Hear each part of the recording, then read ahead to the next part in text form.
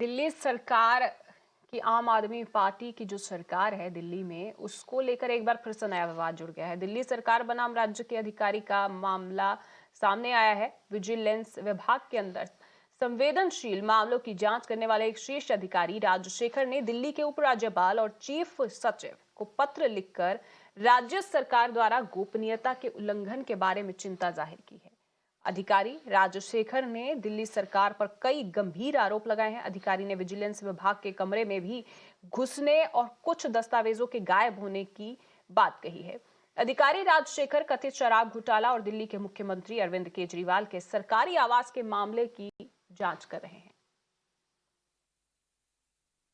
दिल्ली सचिवालय में विजिलेंस विभाग से कौन वो व्यक्ति है जो वहां मौजूद फाइलों को पढ़ना और देखना चाहता है। ये दिल्ली सचिवालय की तस्वीर आप मेरे पीछे देख रहे हैं। इसी की चौथी मंजिल विजिलेंस का ऑफिस मौजूद है और वहां के स्पेशल सेक्रेटरी विजिलेंस ने ये चिट्ठी जो मेरे हाथ में मौजूद है इसे लिखा है और इसमें आरोप ये लगाए गए हैं कि वहां मौजूद 76 फाइल्स हैं जो बहुत ही ज्यादा इंपॉर्टेंट मैटर से जुड़ी हुई है, जिसमें जो मामले हैं 6 फ्लैग स्टाफ रोड यानी कि शीश महल की जो स्टोरी हम लोगों ने चलाई थी उससे जुड़ी हुई फाइलें मौजूद हैं और दूसरी जो फाइलें मौजूद हैं टॉक टू एके और साथ ही एक्साइज पॉलिसी से जुड़ी हुई फाइलें मौजूद हैं।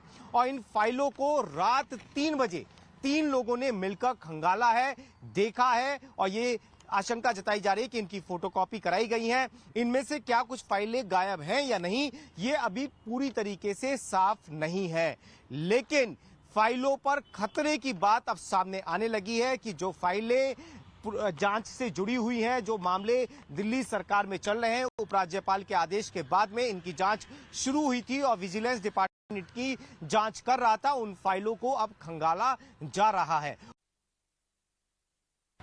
Well, in fact, Afrida, the Special Secretary of the Vigilance Department has now written to the Chief Secretary and the Lieutenant Governor saying that they are, in fact, apprehensive that the confidential documents are, in fact, tampered with. Here, they are making big allegations of, in fact, trespassing into the rooms where the confidential files were kept.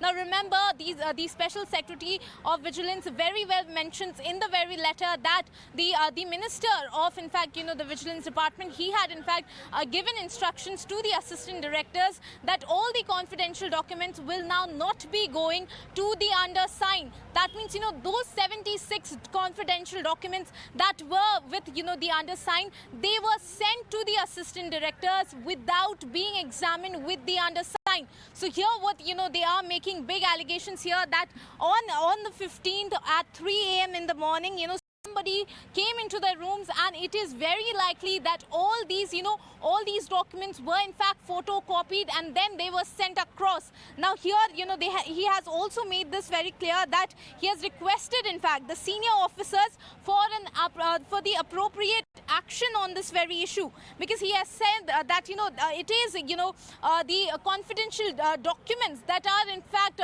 touched without the authorization of the undersigned here.